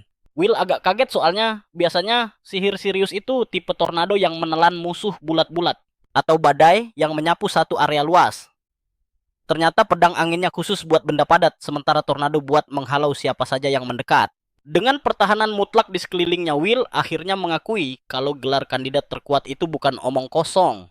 Tapi Will juga sudah latihan keras pakai sihir unik ini. Dia nekat melompat ke arah Sirius yang langsung direspon lawan dengan membungkus diri pakai tornado. Sambil meremehkan, Sirius bilang kalau usaha Will bakal sia-sia. Dan kelihatannya omongan itu memang benar. Baru saja Will menabrak tornado itu, dia langsung terpental lagi. Sirius sempat senyum kemenangan, tapi sedetik kemudian dia sadar ada yang enggak beres. Dia menengok ke bahunya, ternyata sudah tertancap potongan kayu tajam. Mukanya langsung penuh tanda tanya. Pas dia menuntut penjelasan, Will dengan percaya diri membongkar triknya. Dia tahu kalau Sirius punya satu celah fatal. Sirius enggak bisa melindungi tanah di bawah kakinya, jadi Will mengirim akar tanaman lewat jalur bawah tanah ke segala arah. Itulah kenapa bahunya bisa bolong begitu. Sang protagonis lalu menyindir apa dia sebegitu takutnya sama Profesor Bode. Padahal kepribadian mereka berdua itu bagai bumi dan langit. Sambil mengerang kesakitan, Sirius mulai buka suara. Sirius menegaskan kalau gurunya itu cuma melatih dia karena dia kuat. Jagoan kita makin penasaran dan mencecar pertanyaan lagi. Tahu kalau dia dari keluarga terpandang, Sirius akhirnya curhat soal kebusukan keluarganya. Di sana kemampuan sihir adalah segalanya. Yang paling kuat yang bakal jadi kepala keluarga. Gender atau umur enggak berpengaruh. Aturan ini bikin sesama saudara jadi musuh bebuyutan. Semua saling sikut demi kekuasaan, bahkan ayahnya sendiri ogah mengajari dia. Makanya nurut sama guru itu satu-satunya jalan buat Sirius. Cuma itu caranya biar dia bisa dapat kekuatan sejati. Habis bicara begitu, dia kumpulkan lagi sisa-sisa energi sihirnya. Penonton dan protagonis kita dibuat kaget setengah mati. Dari kumpulan energi itu terbentuklah seekor naga angin. Sirius berteriak kalau ini saatnya mengakhiri segalanya. Naga itu membidik jagoan kita, bikin dia sadar kalau ini bukan main-main lagi. Dulu, Will sempat berpikir enak banget jadi penyihir tipe penyerang, hidupnya pasti gampang. Itu yang bikin dia terpacu latihan gila-gilaan. Ternyata selama ini dia salah besar. Dia baru paham kalau bakat doang bukan penentu siapa yang paling unggul di atas sana. Kombinasi garis keturunan dan bakat masa lalu menyatu jadi satu alasan kuat yang bikin dia berani nantang Sirius secara terbuka. Dia berkoar mau ngehajar lawannya sampai keok di sini bikin Sirius bengong kayak orang bego sebelum Will langsung ngegebrak tanah dengan tangannya. Persiapan jurus andalan, dia nanam benih spesial yang langsung bermutasi jadi pohon raksasa Yggdrasil dalam sekejap mata. Tanaman ini emang boros mana banget kayak mobil sport minum bensin, tapi untungnya dia bakal terus membesar selama bos kita ini nyuplai energi tanpa henti. Sirius nggak tinggal diam, dia lepasin tebasan angin yang bikin pohon itu terbelah dua dan potongannya melayang tinggi ke angkasa. Tapi pas dia dongak ke atas potongan kayu yang tadi melayang malah tumbuh lagi, jadi pohon raksasa yang siap menimpa kepalanya. Di sisi lain, jagoan kita udah kalkulasi kalau sihir Sirius lagi sibuk banget buat ngendaliin naga anginnya itu. Jadi dia nggak bakal punya jeda waktu buat nangkis serangan dadakan ini, dan bener aja pohon raksasa itu sukses menggebuk Sirius sampai penyek. Pas dia buka mata, Will udah berdiri santai sambil nodongin pisau ke arahnya bikin Sirius sadar kalau riwayatnya udah tamat di pertandingan ini. Wasit langsung umumin Will sebagai pemenang, bikin satu stadion heboh sorak-sorai karena nggak ada yang nyangka si unggulan Sirius bisa keok. Orang-orang mulai gosipin betapa gilanya kekuatan si protagonis sementara dia dengan gaya sok pahlawan ngulurin tangan buat bantu musuhnya berdiri. Dia muji ketangguhan Sirius tapi lawannya itu kelihatan udah kena mental parah. Jadi si bos coba ngehibur biar nggak baper. Dia ngakuin kalau itu pertandingan yang seru, tapi tiba-tiba Profesor Bade masuk arena dengan muka masam tanda kecewa berat. Dengan entengnya dia nendang bangkai pohon itu, terus nenteng Sirius, kayak nenteng karung beras, murka karena murid andalannya bikin malu. Dia teriak kalau latihan Sirius bakal diulang dari nol lagi, bikin penonton langsung kicep saking ngerinya denger ancaman itu. Bade balik badan dan nyemprot semua orang di sana. Dia nggak terima kenyataan kalau seorang penyembuh rendahan bisa sabet juara satu. Will sadar kalau tingkah si profesor udah makin gak ngotak, jadi dia mulai buka mulut buat ngebela mantan lawannya itu. Dia bilang kalau Sirius itu kuat banget dan kekalahan satu kali, bukan cep kalau dia lemah, tapi pas dia mau ngomong lebih lanjut. Bade langsung bentak dia supaya diem terus jalan, nyamperin si bos sambil ngetawain omongan bijaknya barusan. Dia lempar tubuh Sirius ke pinggir kayak sampah, terus ngatain si bos tolol karena di dunia ini cuma kekuatan absolut yang dihitung sebagai hasil. Kebawa emosi Bade koar-koar kalau yang kalah derajatnya sama kayak limbah, bikin Will enak banget denger guru ngomong kayak gitu ke muridnya sendiri. Gak terima lihat kekejaman itu, Will langsung protes kalau status guru gak ngasih dia hak buat ngehina orang sembarangan. Mata Bade nyala berapi-api, dia coba runtuhin mental si bos dengan bilang kalau sebentar lagi nasibnya bakal sama kayak pecundang lain. Karena menurut dia, healer itu gak ada harganya, dia makin manas-manasin dengan nunjuk kalau mana si bos udah sekarat banget sekarang. Hal ini bikin si bos kaget karena ketahuan, terus Bade nambahin bumbu pedas kalau orang lemah itu cuma parasit yang bikin orang kuat mati konyol. Dikatain beban bikin ingatan si bos mundur ke masa lalu, waktu dia sering ditindas sama si Bade ini karena dianggap nggak cukup kuat. Dulu dia juga pernah ngotot kalau tugas healer itu buat dukung tim pakai sihir. Mereka teriak-teriak berusaha supaya didengerin bahwa dunia butuh penyembuh buat jaga keseimbangan kalau nggak mau manusia punah. Bade waktu itu lepasin cengkeramannya karena teringat sesuatu. Ingatan soal muridnya yang dulu pasang badan di garis depan buat ngasih waktu kabur, tapi malah tewas dikeroyok monster Kroco. Murid itu mati di titik evakuasi tanpa bisa lari kemana-mana, dan Bade cuma bisa nonton tanpa daya. Sadar dia nggak punya kemampuan nyembuhin dia, ngepal tangannya dan teriak kalau Sirius nggak boleh mati konyol kayak gitu. Demi sampah kayak gitu, kalau dipikir pakai logika emang si profesor nggak salah, 100% yang lemah emang bakal mati duluan. Orang harus latihan keras buat bertahan hidup, apalagi bakal ada masa dimana monster jadi makin beringas. Dan saat momen kritis itu terjadi, si kuat nggak punya kemewahan buat mikirin nasib orang lain. Jadi orang tanpa bakat pun wajib bisa berantem balik ke masa kini. Jagoan kita nekat nantang si profesor duel 1 lawan 1. Berharap itu bisa bikin dia diakui Bade cuma mendengus remeh. Dan terima tantangannya, yakin banget gak mungkin seorang healer bisa ngalahin dia. Wasit langsung panik 7 keliling dan nanya apa si profesor beneran gila mau ngeladenin muridnya sendiri. Dengan bangganya Bade ngacak-ngacak aturan main, bikin wasit pasrah nyeret Sirius keluar arena demi pertandingan spesial antara Will lawan Bade. Pertandingan dimulai dan Bade langsung kretek-kretekin jarinya sesumbar mau nunjukin seberapa ampasnya level kekuatan si bos. Apalagi dengan sisa mana yang udah sekarat, Will mulai ketar-ketir harus hadapin lawan paling monster yang pernah dia temui belakangan ini. Dia mulai putar otak nyusun strategi karena ini jelas bukan sparring persahabatan biasa. Pas dia mau mulai, Bade udah teriak ngatain dia lemot dan langsung lepasin serangan dahsyat yang bikin seluruh arena silau mendadak. Sambil pamer aura mana yang mencekik, dia mau kasih kuliah singkat soal 3 alasan kenapa si bos pasti bakal kalah telak masuk ke poin 1. Pertama, keunggulan jarak buat nindas musuh. Kedua adalah kecepatan gila yang bikin lawan gak sempet ngapa-ngapain. Dan yang ketiga adalah kekuatan murni buat tamatin riwayat lawan dalam 1 pukulan. Pas Bade mau lanjut ngoceh, dia mengejek mengira si protagonis sudah tuli mendadak, tapi jagoan kita ini bangkit lagi dengan gaya yang benar-benar tak tahu malu. Mana serangan 1 kali pukul yang kau banggakan itu? Meski babak belur, bocah ini tetap berdiri tegak karena dia menyadari satu hal. Profesor itu punya sihir petir yang unik dan untuk menyelamatkan nyawanya dari sengatan listrik mematikan, dia harus memutar otak. Dia harus menghindari hantaman langsung ke organ dalam. Kalau otak atau jantungnya kena sambar, tamatlah riwayatnya. Skill apapun takkan berguna. Sihir penyembuhnya kalah cepat dibanding kilat, jadi dia menciptakan sirkuit darah gila yang bisa berfungsi sebagai konduktor listrik dadakan. Tanpa ragu, dia menusuk tangannya sendiri dengan pisau. Saat petir menyambar bilah logam itu, arusnya dialirkan paksa melewati lengan dan kakinya. Listrik itu langsung diteruskan ke tanah untuk meminimalkan kerusakan, sebuah teknik grounding yang nekat tapi efektif meski rasanya tetap sakit. Menahan serangan listrik itu bukan perkara enteng. Sekarang giliran bocah kita menyerang balik meski Bode justru menggelengkan kepala pura-pura iba. Dia tahu si protagonis cuma bertahan karena hoki. Saat Will mencoba memperkuat fisiknya dengan sihir, sesuatu yang buruk terjadi. Mendadak dia sadar tubuhnya menolak perintah, tenaganya terkunci rapat tak bisa disalurkan sama sekali ke otot-ototnya. Ternyata petir ungu Bode punya efek melumpuhkan saraf korbannya. Will melotot sadar kalau kali ini dia benar-benar dalam masalah besar. Dengan arogansi selangit, Bode mengangkat tangannya lagi mengirimkan serangan susulan yang siap memanggang siapa saja yang menghalangi. Si profesor sadis itu ingin menguras sisa mana miliknya cuman buat melihat seberapa alot si protagonis bisa bertahan, membuat penonton ternganga ngeri. Sementara jagoan kita terus bertahan hidup mati-matian, mengakui dalam hati kalau sihir unik profesor ini memang tanpa celah dan mengerikan. Kehebatan itu bikin kepala Bode makin besar, tapi Will menolak menyerah. Otak liciknya sudah memutuskan satu hal, dia harus menang bagaimanapun caranya. Mempertaruhkan setiap tetes mana dan stamina terakhir dia menghantam tanah. Seketika itu juga, pohon harta karun air mulai tumbuh menjulang. Pohon ajaib ini menyedot air tanah dalam jumlah gila-gilaan. Rencananya simple, jadikan air itu tameng alami buat memecah arus listrik.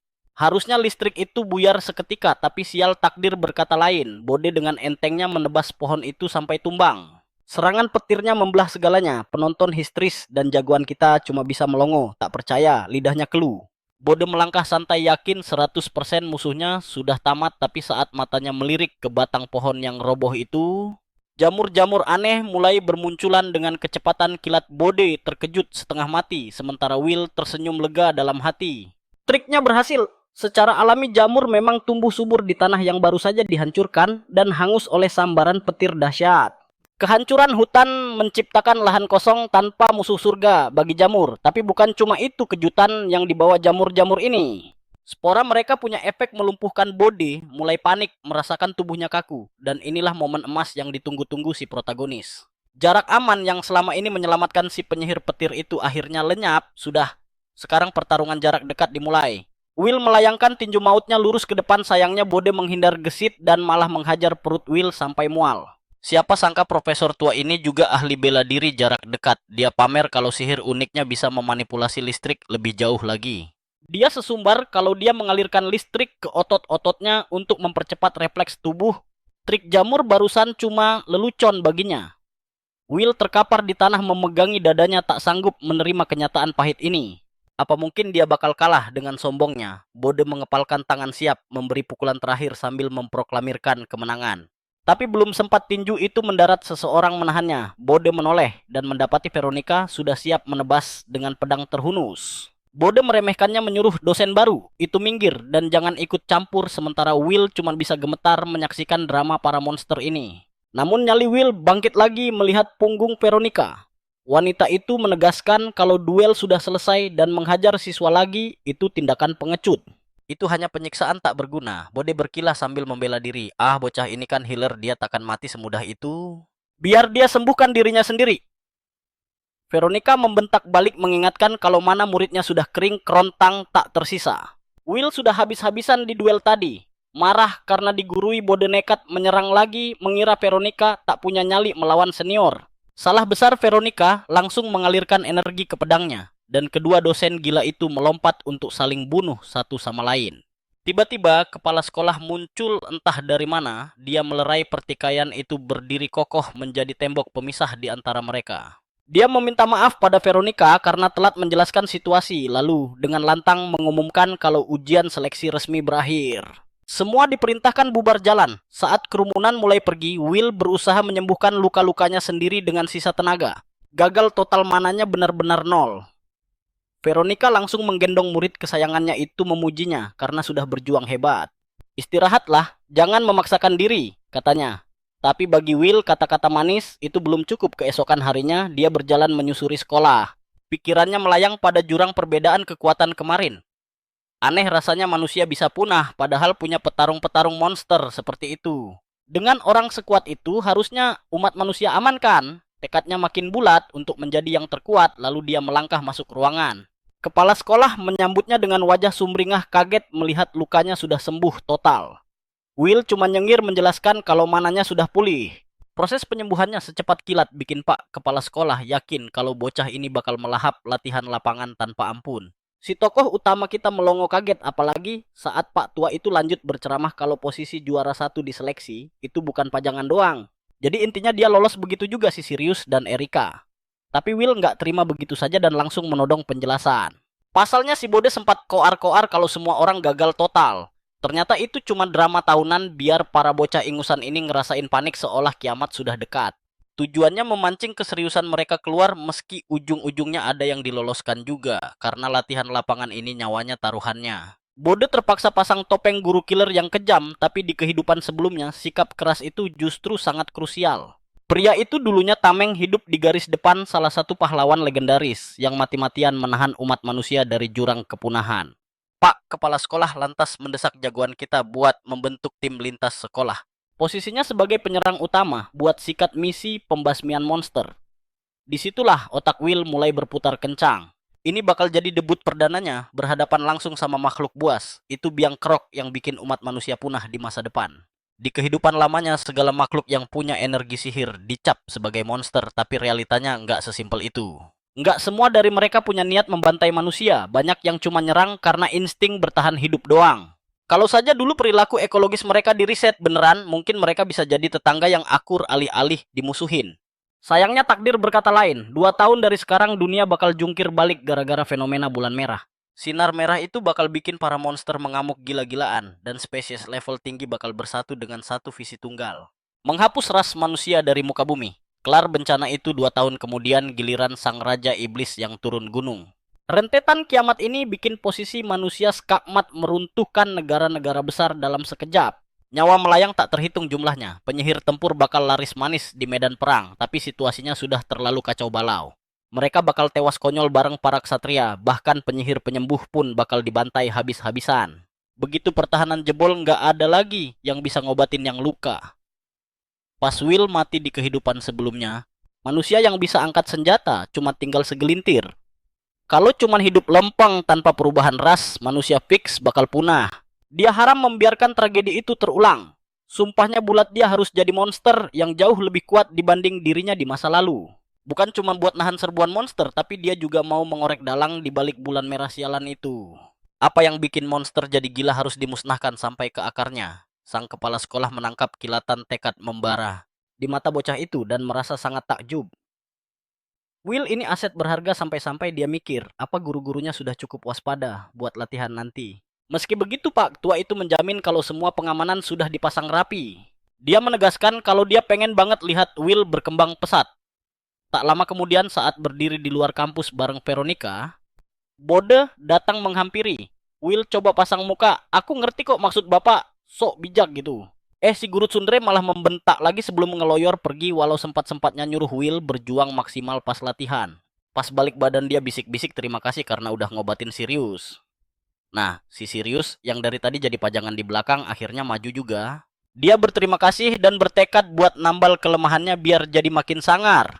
Asal nyawanya masih nempel di badan dia, yakin dendamnya bakal terbalas dan gak akan menguap jadi asap kayak kemarin.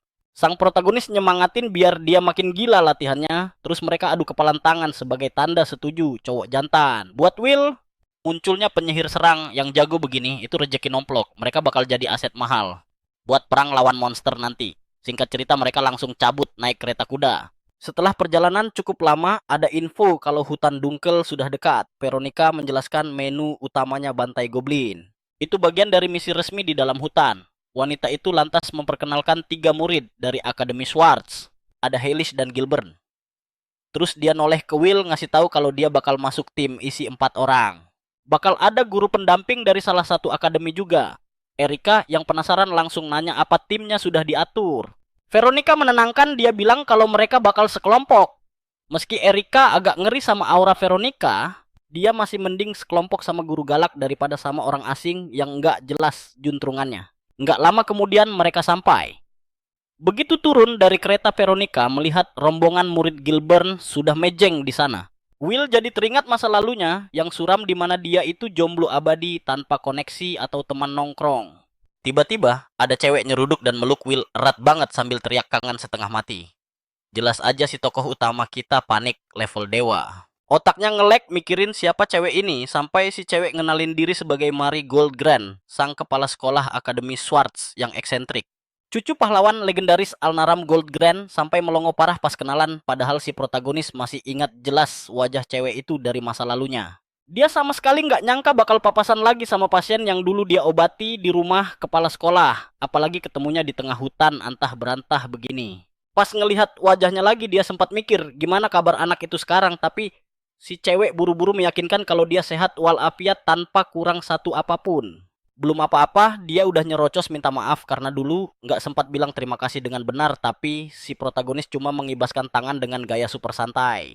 Walaupun dibilang itu cuma hal sepele, si cewek tetap ngotot setengah mati mau balas budi dan melakukan sesuatu buat dia. Dia curhat kalau ternyata bakat sihirnya nol besar, jadi dia banting setir masuk ke Akademi Gilbert buat cari jalan lain. Dia mendedikasikan hidupnya buat ilmu pedang, dan berkat kerja keras sebagai kuda, dia sukses menyabet peringkat 1 di angkatannya.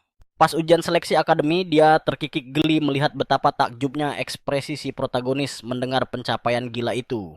Jelas aja dia terharu banget, bayangkan saja baru beberapa bulan lalu, anak ini cuma bisa terbaring lemah di kasur, kayak mayat hidup.